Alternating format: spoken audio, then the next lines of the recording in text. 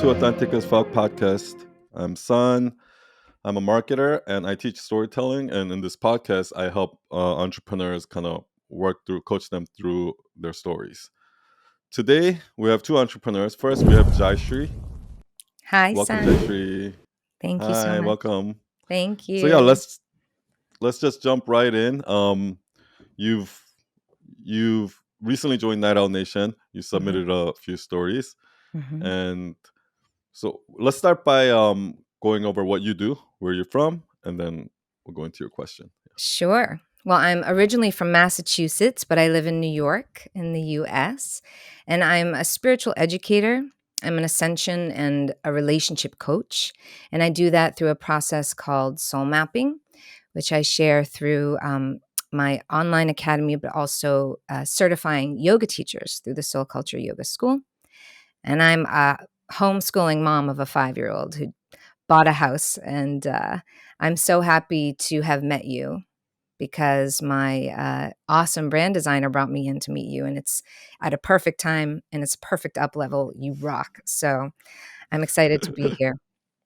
Awesome. So, what's your question, or what are you struggling with? Okay.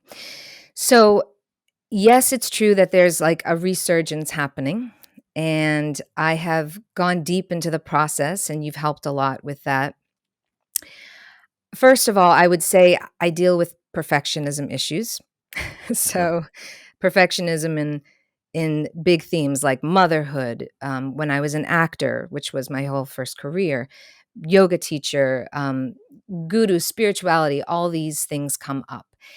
And a quick story is that every day over the past 2 years, I would say after we moved here, I can't believe I'm not at the ashram. I can't believe I'm not at the ashram. Like, they were down the street and I was here to support them, but I got super slightly per se obsessive with it. Okay. And it was a great groundhog day mind F, Mhm. you know? So I'm working with that. I'm working with coming out of that. I'm working with honing in and just reclaiming my service and all the faces of the goddess power that there is, which can be scary. So, And is there a question in there, or is there something that I yeah. guess I'm trying to figure out? Like, okay, first let's figure out what would, like, ideally, in a perfect world, at the Mhm, end of this conversation, what would you mhm. like to walk away with? Yeah, you're so good. Yeah. That's great. I have been questioning because 'cause I've really listened to you, and I've been questioning, do I love having an online entrepreneurial business as opposed to a yoga studio or teaching in person? Okay. And when I really shifted, which was in 2020, it happened, of course, when all these big things happened. We had the pandemic, moving, you know, without getting too technical, momming and all that, and healing. So I really want to know if I love this, and I want to know that I'm committed to it. That I do love running my own business, and I have to. I'm an artist and I'm an entrepreneur, so I must. But I wanted to scale, and I don't love certain aspects of the business world like many Got artists. it. So will I, be Got able it. to Got it. just take Okay. this and do the work? Okay. So when you say this, what you mean? What you're including, like, your entire business in there, right? When you say, if I love this, It, it, it because like you're feels like, saying that you can't do this without doing this. yeah. Yeah. Marketing and Mhm. advertising, I have a judgment around it. This is the Okay. truth. I Got have it. that, it's in me. I have a lot of attitude and judgment around being ahead of the game. And when I came up, it was actually, 15 years ago, Gabby and Hmm. Danielle and Jay, who's also a devotee, and all these awesome people. I judge myself on a high bar of certain spiritual teachers, but Hmm. I'm not a pure spiritual teacher. I am the person who talks about the moments in between, and helps people with the lies like you do, actually, in a different way. So I don't want to judge myself to that anymore. I want to embrace the business Yeah. side and not feel Let's like a dig a little fake. bit deeper into um I want to go back to this. uh, so I guess because there were we went we went over a few different things. First, you were kind of talking about a physical yoga studio, like running a physical yoga studio or something like that type of business versus teaching online, like more of a something like that. I want to separate that out from this other thing where we're talking about like you don't necessarily enjoy doing some of the business stuff, the promotions, the marketing, some of that stuff, but you do like some other aspects of the business, correct? Mhm. So Mhm. let's separate these two. Okay. But even before we get into here, because think about it, right? Like if we're talking about this, which is like should I do this kind of business or this kind of business, and this, which is like do I do I enjoy doing this or not? Mhm. I think ultimately um like why do you think you need to run a business first of all versus Mm. like versus having a 9 to 5 job or Mm. you know working at Mhm. another company or maybe just being a mom or Right. like whatever it is. That's it. Spot What on. My brother asked me that recently, somewhere in the last year. He said, "Why aren't you just, like, making a lot of money? yeah, You're intelligent, you can, hard work, hustle, whatever." But I was an actor my whole life. I was a singer and a performer, and that was a way to move the Shakti through. yeah. And And then you found that fulfilling that it career? was super fulfilling. Okay, But I had, like many people, a spiritual dark night of the soul, downward spiral. So many drugs came into the world and Hollywood and all this, so I left it. okay, And I said, "Yoga saves me," and I pivoted to yoga. got it. And then I pivoted to online teaching You because you that you fulfill you found that fulfilling, the yoga part, Yeah, and you yep. teach yoga, correct? I own a yoga school, so I train teachers Okay, to be teachers, but I taught every day for many, many years, and it was very fulfilling. And I got was it. really good at it, or maybe I And am. now that you're trying to make this shift, do you find this new thing fulfilling? I found it fulfilling until the breakdown of I found it fulfilling until we moved, and I haven't told you this part yet. My husband and I had the biggest breakdown of our life, and we're business partners. Mm, And 2 years after, we're in the clear, we're talking about it, we're working through it, but my confidence was totally shattered because, he's the inner circle. And so I'm kinda coming out of that, okay, and, that's an important point. yeah, super dupe. And Mhm. did that have to do with like your yoga business, or did it have to do with this new business? It directly had to do with moving to support these beautiful spiritual friends who had a very clear vision of what their service was. And that I was literally brought here, like literally physically moved and brought here um, by someone and a few people who are very powerful, wonderful, amazing leaders. But there were a lot of other young people who were nurturing this ashram, this fledgling spiritual community. And what I see is that the service that they brought me here to do kind of shifted into the vision of what they wanted or what their teacher wanted or whatever. And there was some power struggles. And Mm, those power struggles got directly into our home and created a huge shift between us and break apart. So we're rebuilding that. So in some ways I'm coming back to the business after a couple years. Got it. Got it. And I And I do guess love art. yeah.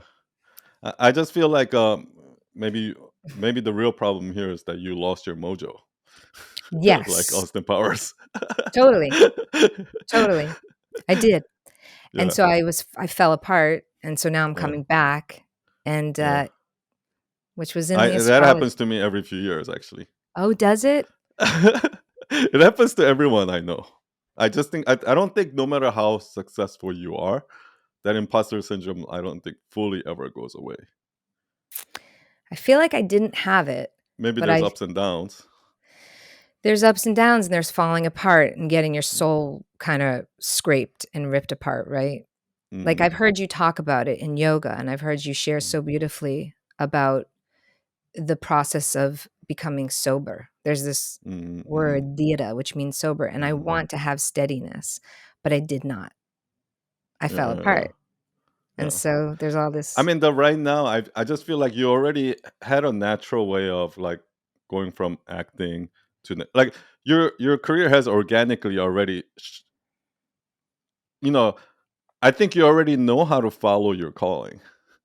Like Mm, once you recognize that this is my calling, you know how to follow it, right? But mhm. maybe the only thing is that now you're just doubting yourself for some reason. Yeah, I super did. It's really deep, Yeah.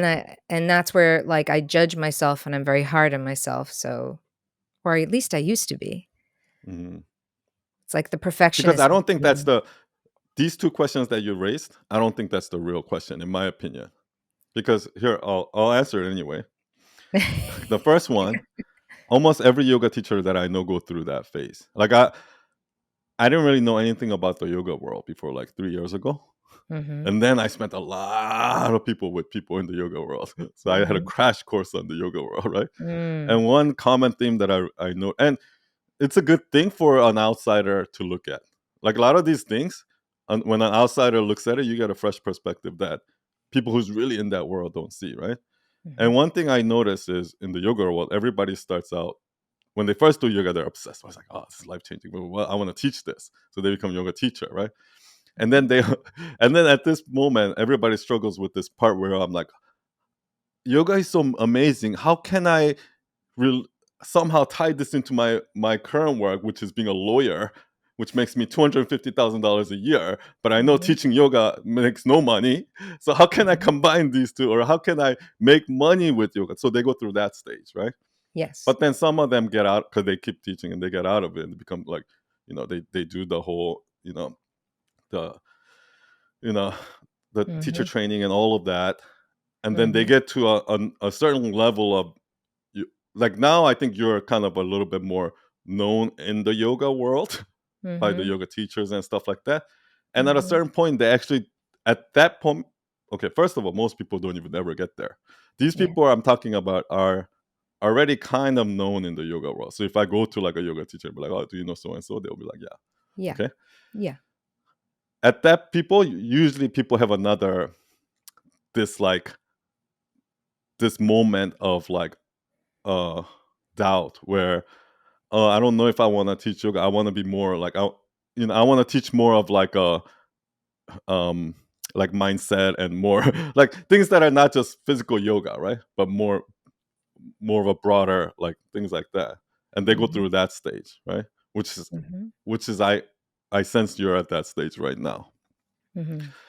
Um and I go through this even with the some of the biggest yoga, like biggest names in yoga. Like I Yeah, talk to them and they're like, I don't know, I really want to stay yeah, away from the yoga now and I want to move yeah, into this, yeah. you know, I this know it. teaching. I know some of those Yeah. friends you're So probably I talking. don't think that's like I don't think that's the problem. Do you know what I mean? I Like I I know you know I love the way you pick things out, it's all I think I realized a question I would have. I mean, yeah. and I guess it's a personal question, but I have a desire. I desire to be hanging out in this upper realm of talking about Like the higher teachers. consciousness of yoga, Yeah. of bhakti Yeah. yoga, and of what we call Vedanta or Sastra, all the literature, all the philosophy. Yeah. I love that. And that's where my mojo was going. So I got here, but then I realized, oh, if I really hang out in that world too much, my other mojo, AKA my business mojo, won't be there. And so Mm. that got like disseminated, I or don't know if you should. So, do you consider yourself a teacher or an entrepreneur? well, I'm both because I'm a spiritual If educator. I asked you to pick one, if Ah, I forced you to pick one, what would you pick? wow. I guess I'd have to focus, on the entrepreneurial aspect of being an online educator, No, right? okay. Like No. I'm gonna tell. I'm gonna say this. Okay, in Yeah. your own business, as you grow your own brand, you can pick one job. Okay, Mm, you can either be the one on camera teaching, going out and speaking on stage, all of that, mhm, or you can be the one that's making the deals, like making the business operation happen, making the making sure like the sales page is converting, making sure all the business is happening, right? yeah. Yeah. I And can't the do that. first person is just a talent. You know what I mean, right? You were in Hollywood, so it's a talent between the agent and the manager, right? Okay. Pick one. Which one? I love that. That's actually true. That's what you're Hmm. saying, and it's been an instruction to both of Hmm. us. She's move her forward, help in Hmm. the business, but it's all those business details that suck my juju, and, Oh, I you wanna shouldn't be doing scale. them then. uh, okay, can I give you a little secret? I mean, it's not a secret, but Please. every client that I work with, because I've worked with a lot of corporate clients in the beginning. So corporate Mhm, clients have this structure, blah blah blah. CEO is the CEO. The CEO is not a teacher or anything like. They're there to run the business, right? When I started working with personal brands, and one thing I noticed with every big personal brand is that they have no idea really what's going on. Not maybe not no idea, but without their business manager, they can't do anything. mhm. Like they, you know what I mean? Yeah, Like you can't. I If do. you try to do both, this is what happens. I feel like one person's job is to change the world, to spread your teachings, to help Mhm, people. To That's mhm, your job, number one mhm, mhm. priority. But then if you say, "Oh, I need to do that, and I still need to make money, so I can do that," right? What ends up happening is now you're gonna go give a talk. People are gonna be lined up. You're gonna be signing their books, taking photographs, blah blah blah blah blah, helping. And then in the middle, you're gonna have to be like, "Oh, sorry guys." You're gonna have to be the one who say, "Oh, sorry guys, I can't," and you're gonna have to do that yourself. You can't possibly do that because that's so fake. Do you understand what Bing. I mean? What needs to happen is you're like, no, I just want to get to everyone, and you have to fight with your manager who's like, no, no, no, no, no, no, no. This is how you authentically do it. Otherwise, it can't be done. Otherwise, Yeah, yeah, you know what I you're mean? spot on, and that's been the dissonance, that's been the issue, is having to I mean, every small business owner has to get somewhere, and, Yeah, if yeah. I ha All the way in the beginning, you have to play both. and so I You have to wear did, both hats. Yeah, and I but I did. don't think you can scale like that. At a I certain can't scale point, like I that. don't think you can scale. I cannot scale like that. So, maybe it's just we're a little more isolated over here where we moved into the mountains or we I just just have to think get that it if you have a together. business partner, like if your partner is your business partner, Mhm, there has to be something where, okay, this is my department and this is your department. There's a clear draw line here, mhm, and you're gonna get into arguments, and that mhm. needs to happen because Yeah, nothing in life is just, oh, it's clearly that way. It's never like that, right? yeah. So one thing I heard is that in New York Times, they say what Mhm, they do is every quarter, the CFO of the company and the editor in chief locks mhm, themselves into a conference room, and they mhm. just all day they just duke it out. They have to Oh my debate god, and argue, and whoever amazing. wins that argument, so if the CFO wins for the next Mhm, quarter, all mhm. decisions are based on advertising profit for the company. But if the editor Mm, in chief wins that debate for the next quarter, they don't care about the ads or anything like that. It's all about the integrity of the story. Do you Love it. understand what I mean? This is how they Yeah. keep the balance. So I love it. Gotta get some healthy, like we gotta get some healthy competition in here and into our own home Yeah, and little contests. But you and Gigi, you're amazing. Are you I that's don't how know we if you're are. both and I don't know if you're both introverts No, we're the or because opposite. okay, She's a because super extrovert. and I'm an extrovert, but Rasanidi's an introvert. And so Yeah, I think it's getting good. I think that's a good just combo. gotta work it out. Yeah. And Awesome. then on this on this other thing. Okay, so here is like, do I do this or this thing, right? Mhm. Over Mhm. here, I guess that's kind of related to it, right? There are certain aspects of the job that you don't like, but certain aspects and yeah, that's just I actually think that that's what makes entrepreneurship so hard Mhm. is because the answer is never there's no correct answer, right? So what has to happen is in every case scenario, there has to be some pull here, and then sometimes it might go this way, and sometimes it might go this way. And really, Mm. that situation, like for me and Gigi, this is what happened in the beginning. Like I have a little bit of, I mean, I wasn't diagnosed or anything, but from watching Mhm. all the YouTube videos, I'm not a psychologist, by the way, but watching all the YouTube videos, I've kind of came to the conclusion that I have a little bit of narcissistic disorder. Okay, Just everybody does. Yeah. It's called the spectrum. We're all on it. okay, okay, good. So I'm not a narcissist. No. Just So that's kind of what I realized, right? So, and in the beginning of our relationship, I'm like, no, we got to do it. No, Gigi, you don't know. We have to do it this way. Blah, blah, blah, blah, blah, blah, blah, blah, blah. But then slowly, what happens is you give it long enough time, these things, the truth always appear. Truth always, comes out. And me mm, looking back, I can't deny the fact that way. Like, I can't deny the fact that, oh, thank God Gigi stopped me there. Oh, thank God Gigi did that. Because if that didn't happen, today we would be here or something like that. And once you see that clearly, in that moment of heat, we're like, no, you start to kind of be like, oh, maybe I, maybe I'm wrong, like that last time.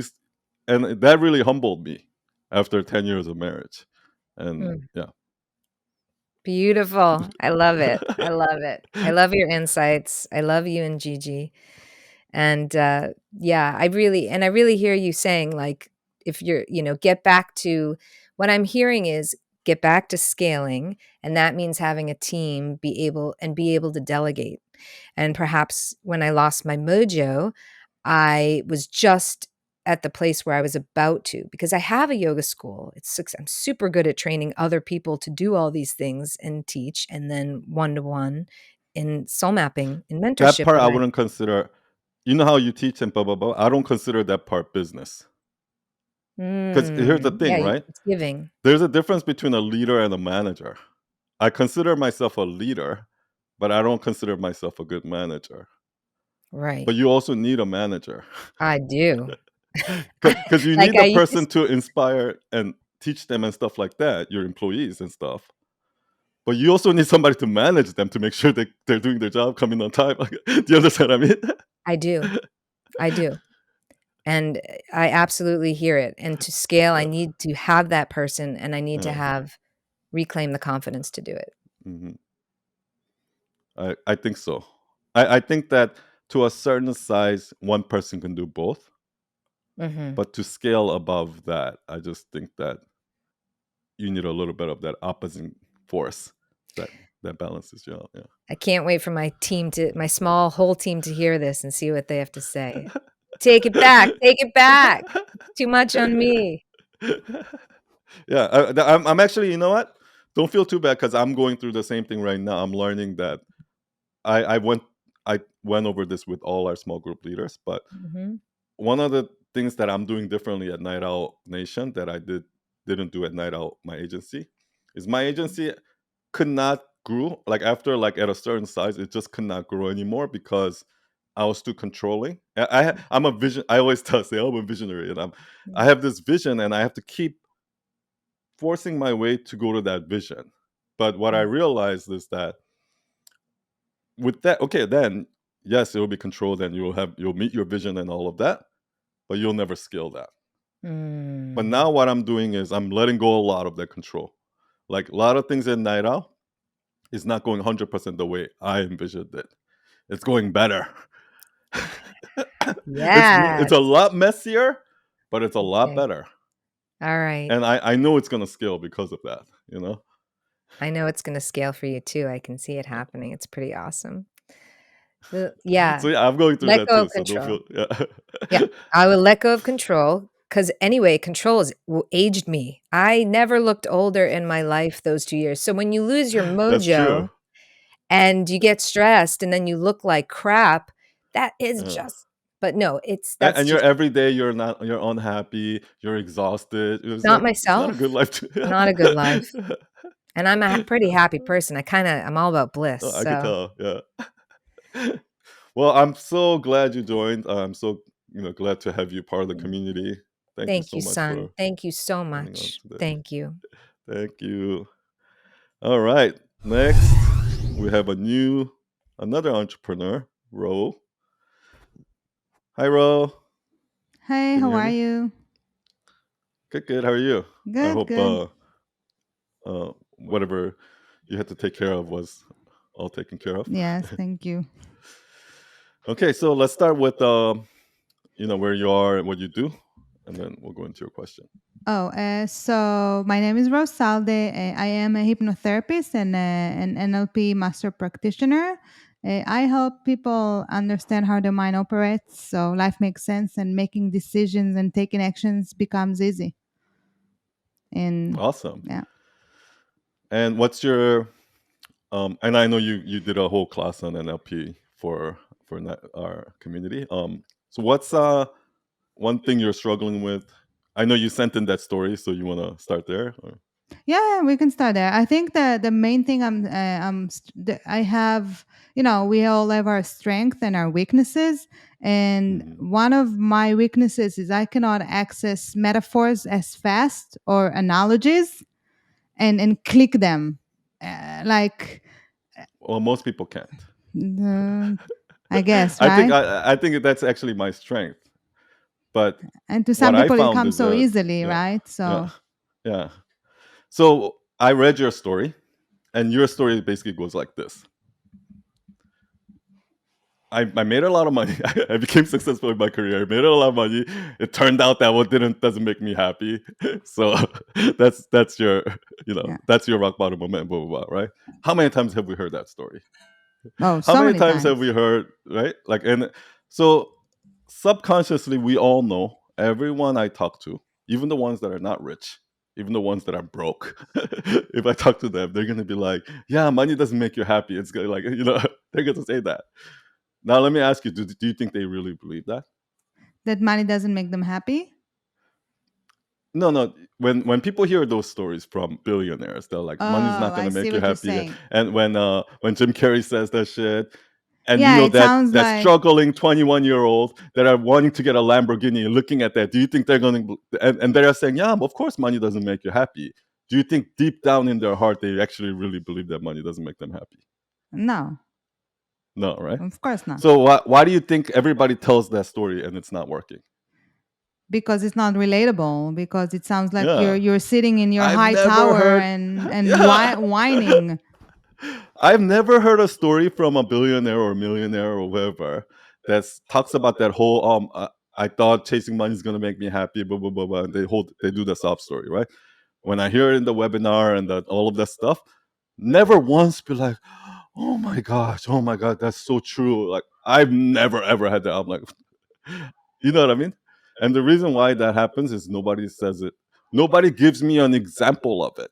Give me an example, a detailed example of a situation or something where me, a regular Joe Schmo, can hear it and be like, oh shit, I know exactly what you mean.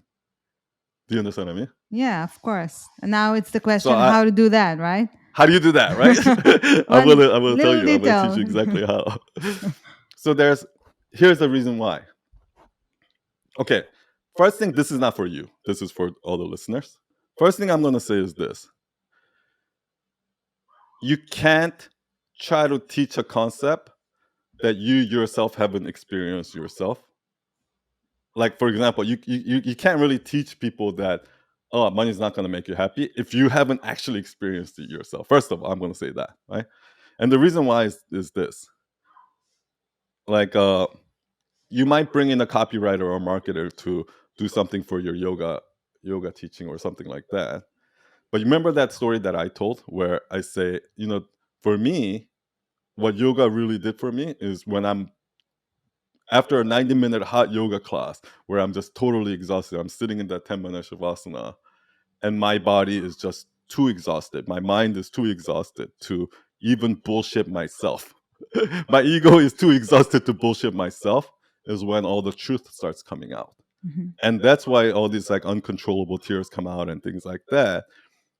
And that, like, if I say like that is gonna so for some people they're gonna be like, holy shit, I think you're right. I think that's why whenever I go for a run or when I have a hard, like, people are gonna start to resonate with that because I give you a specific example of it, right?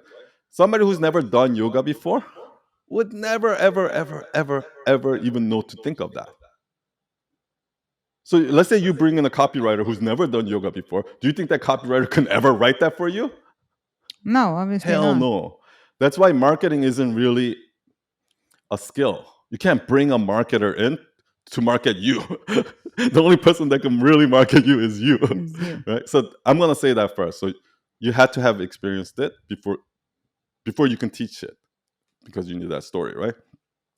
Now, when it comes to the money doesn't make happen, there's actually two different case. I've thought about this a lot. So there's actually two case scenarios. There's the people that realize that um, I'm making money, but my life is so stressful. Therefore, it's not like what I'm doing to make money is not making me happy. Mhm. That's one category. The second category is I don't have to work. I have $1 billion in the bank. I can work. I literally don't need money, but I have everything I need, but for some reason I'm not happy. So these are two completely different people, first of all. So when you try to umbrella these people and try to say it like that, this is also one of the reasons why it's not resonating. Because these are two completely separate reasons why they're not happy. These people are not happy because these are lawyers who's working 12, 13, 14 hours a day, getting yelled at by the partner of their firm. But they take home $500,000 a year and they live in a fancy penthouse apartment and drive a Ferrari. Do you understand what I mean? So they're not happy for that reason. It's not the same reason why these people aren't happy. So first, I think you need to figure out which one are you targeting, right? And then once you figure out, let's say it's these people, the way I would do that is this is how I would do. Because there are a lot of designers. I can only speak to designers because I ran a design company, right? I can only speak to the type of people that are like me, right? So what I would say is, like, I really, really like wanted that success. I wanted to be the boss. I wanted to be an agency owner. Somebody look at, oh wow, son made something of himself, right? I wanted to be that guy, right? And then when I got there, what happened was 3 years into it, yeah, we went from 0 to 20 employees, and like we grew really fast, super successful, all of that. But you know what happened to my life? Every single day I wake up with a text message from a client, like, son, what's going on with this? Right? Like, and then I get another text message 30 minutes later from my partner saying, hey, son, this so and so guy wants to quit, and like he just gave his 2 weeks notice, and he's in the middle of the project. How should we handle this? And all the other designers right now are full. So, okay. And then 30 minutes later, okay. And then 30 minutes later, a client wants to leave because their client is delayed, and that employee is not happy. So I draw a clear picture of what my days. So that's my all day putting a fire, all the way till like midnight when I'm well, and then finishing my day, just passing out the next morning just to do it again. Does that sound like a life you want? Of course not. If you had all the money, right? So that's one way I would. You see what I did? I drew a picture of exactly what happened to me. That's why you going through it is so important. Okay, here's a second one, right? I'm not a billionaire, but I'm gonna try to relate to it. The way I would do it is, when you were young, like when I was young, I wanted this bike so freaking bad, right? Like I would literally do anything for this bike. It's $100 bike, right? If you were to come tell me right now, like, like I can buy 100 of those bikes, I don't give a I don't give a shit, right? It doesn't matter how much you want something. At a certain point, when you can get a lot of it, you're gonna get bored of it, and you don't think that's gonna happen with Ferraris. You don't think that's gonna happen with these kinds. When I used to be like, oh, once I get somebody famous as a client, once I get one big client, oh my, that's it. No, once I got that client, I realized like how fucking shitty my life is, and there's even like there's just like, and also once you know that you can get those clients over and over and over and over, it doesn't mean anything. It's gonna be like that $100 bike. Everything in life is gonna be like that, no matter how much money you make. You know what I mean. So that's how I would, like, I would use something in my own experience. When did in my own life did I experience that getting bored? Like it doesn't, something that I used to get so excited about. Oh, here's another one. I started. Okay, this is how I actually became an entrepreneur. I used to work at New York Film Academy, and I wanted to actually be a filmmaker. So I wanted to shoot a short film so that I can like send it to film festivals and all of that. So what I did was there was a camera I wanted that was like $10,000. I wanted to buy that camera so I could shoot my film, blah, blah, blah.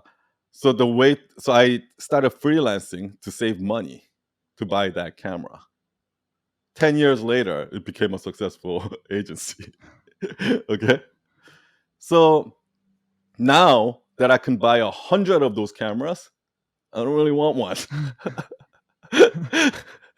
Do you know what I mean? And that's kind of how life works, So, yeah. So that's why no matter how much you think that what you want is that mansion, no matter how many times, how cool you think riding on a private jet you think it is, once you ride on a private jet 20 times, it's boring. Yeah. Okay. I like that. That's true. Yeah. So, yeah, that's what else. Thank you. That's how you Yeah. do it. That makes sense. It resonates. And when you were talking about your experience of like babysitting, and then the creative side is dying, and now you're actually just turning fires off, right?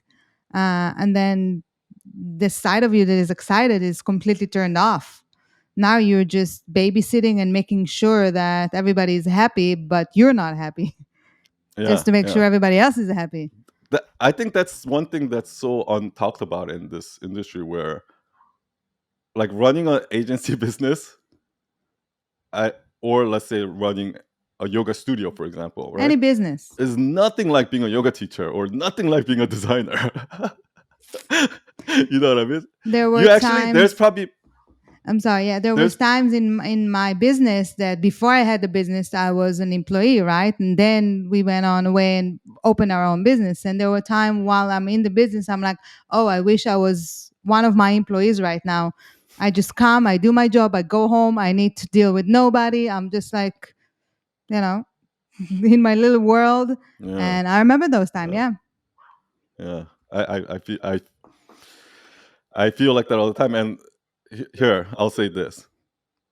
I'm gonna say it because I'm gonna take this footage and put it on my Instagram stories today, because this is exactly what I wanted to say about freedom. When I ask, in the beginning days, we had like all the new entrepreneurs. When I asked them, like, "Oh, why did you start your business?" At first, they're like, "Oh, because of this, blah blah blah." But ultimately, when I keep digging, everybody's like, "Oh, I want freedom, right? I want to be free to create what I want to create, work the hours that I want to work, blah blah blah blah blah, right? But you know that that's a lie. 99.9% of people do not want freedom, because this is what freedom means.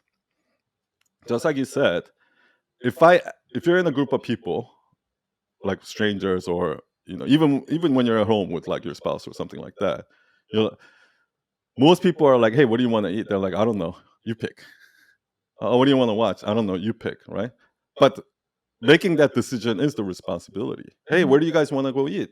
Oh, I don't know, what do you want to eat? Nobody wants to be the ones that says, hey, let's go here, right? Because that is what freedom looks like.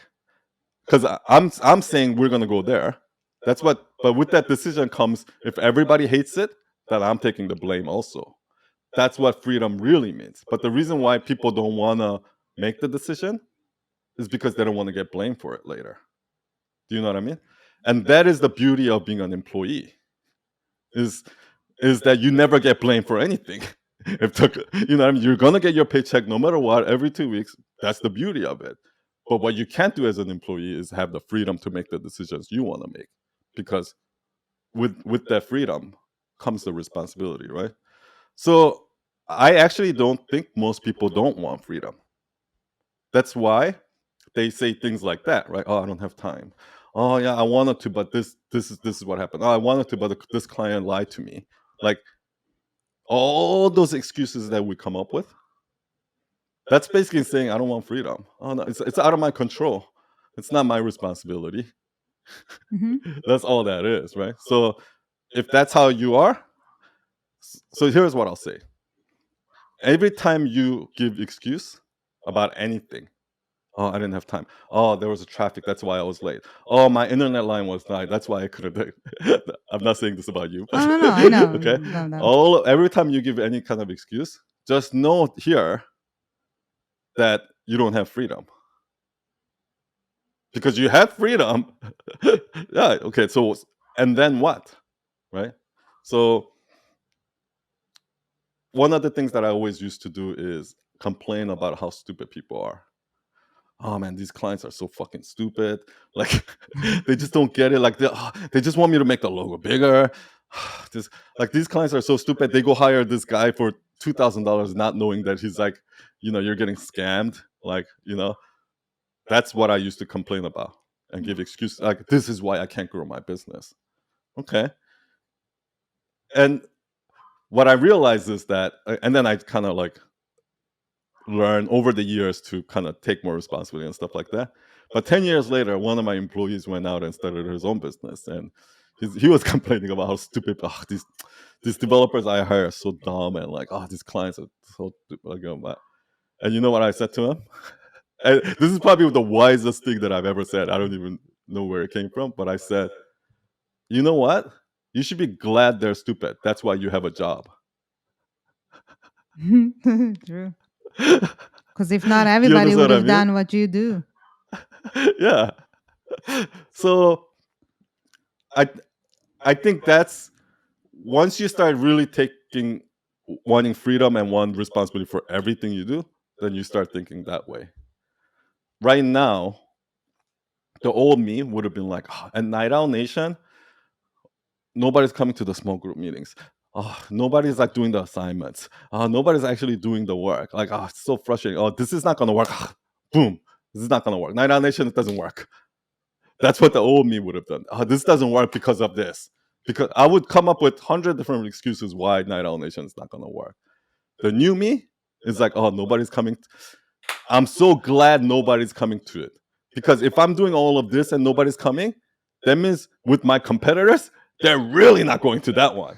So if I can figure out how to get these people to show up, if I can get 50% to show up, now if I can get 60% to show up, okay, next year I'm gonna get 70%. The year after that, I'm gonna get, if I can get this to show up, that's taking responsibility, right? I What like can I that. do to get these people to show up? That's what freedom really looks like. Don't change the goal, change the way to get there. I like Yeah, that. yeah, exactly.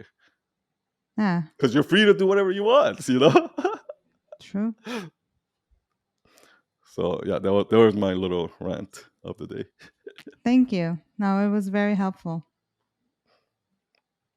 Anything else?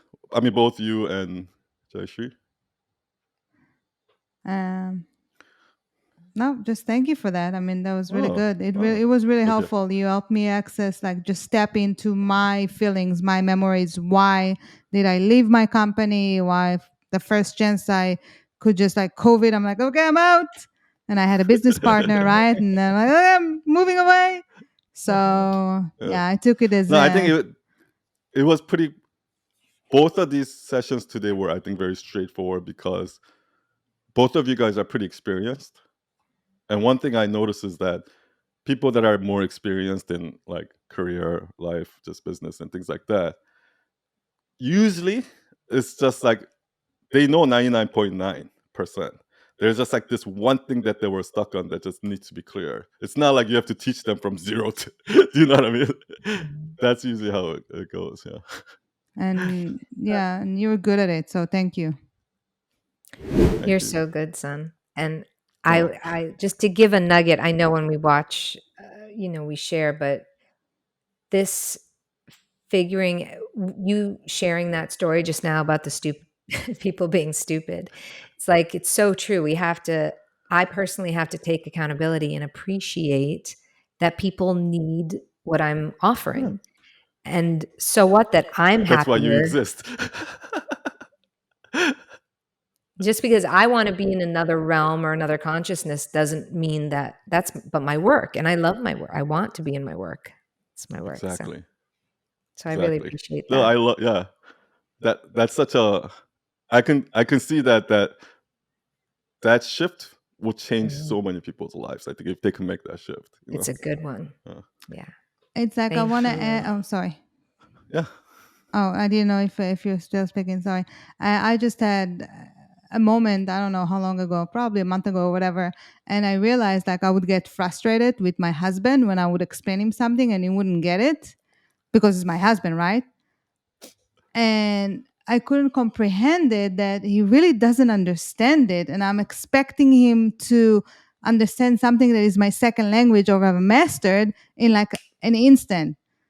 And it's not fair, right? And I wouldn't do it with a client Yeah. because with a client I would Yeah. slow down because he's That's so. anchored as a Yeah. client. So I need to actually, he's Mm, paying me for my time. So I need to sit down and break it.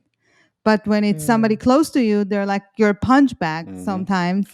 A lot of mm. times I think things like that happen because we take certain things for granted and we expect too much of others. For example, if if a dog peed in your carpet because you left the door open, you're not gonna blame the dog.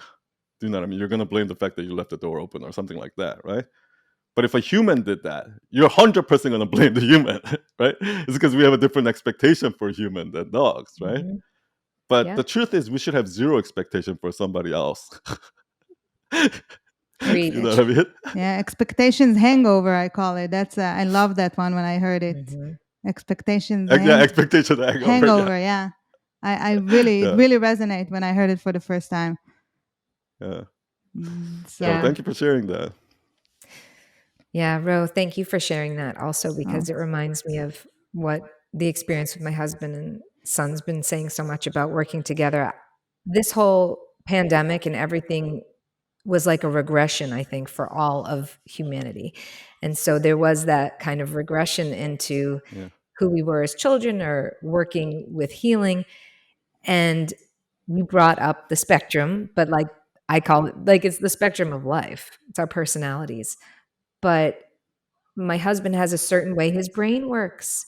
And I completely stopped appreciating, or maybe I never did appreciate it. So working together really forces that. And yeah, hopefully, I'm becoming a better person.